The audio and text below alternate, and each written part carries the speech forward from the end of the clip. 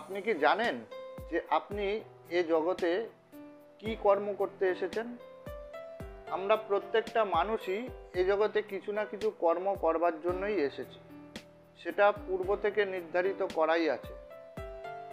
কিন্তু আমরা সেটা জানতে পারবো কি করে যে আমরা কি কর্ম করবার জন্য এ পৃথিবীতে জন্মগ্রহণ করেছি?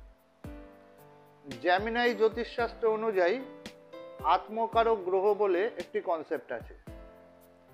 আপনার জন্মছকের একটি গ্রহ, যেই গ্রহটিকে আপনার আত্মকারক গ্রহ হিসেবে ধরা হয়, তো সেই গ্রহটি আপনার জন্মছকে কোন জায়গায় অবস্থান করে আছে, কোন রাশিতে অবস্থান করে রয়েছে, সেইটার উপর নির্ভর করে যে আপনি আপনার জীবনে কোন দিকে গেলে, কিভাবে কর্ম করলে আপনি জীবনে সফলতা লাভ করতে পারবেন।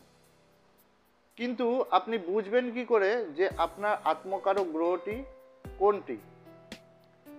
আমরা জানি আমাদের 7টি গ্রহ এবং 2টি ছায়া গ্রহ আছে, রাহু কেতু ছায়া গ্রহ।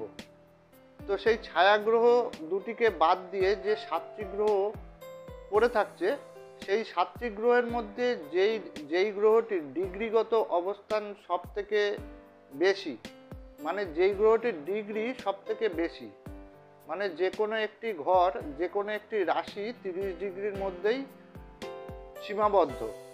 তো যে কোনো একটি গ্রহ যদি সেই রাশিতে, কোনো একটি রাশিতে বসে থাকে, তাহলে সেটা 30 ডিগ্রির মধ্যেই থাকবে।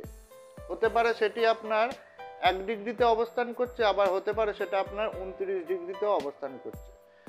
তো সেই 7টি গ্রহের মধ্যে যেই গ্রহটি আপনার সব থেকে বেশি ডিগ্রি নিয়ে অবস্থান করছে, সেটি আপনার আত্মকারক গ্রহ হিসেবে ধরা হয়ে থাকবে। বিশেষ করে যেই সমস্ত ছেলেমেয়েরা বর্তমানে নিজেদের কেরিয়ার নিয়ে চিন্তা করছেন, নিজেদের জীবনে অগ্রগতির কথা চিন্তা করছেন, তাদের অবশ্যই একবার আত্মকারক গ্রহ কোনটি এবং সেটি আপনাকে কি কর্মের জন্য অনুপ্রাণিত করছে সেটা একবার দেখে বুঝে নেওয়া উচিত।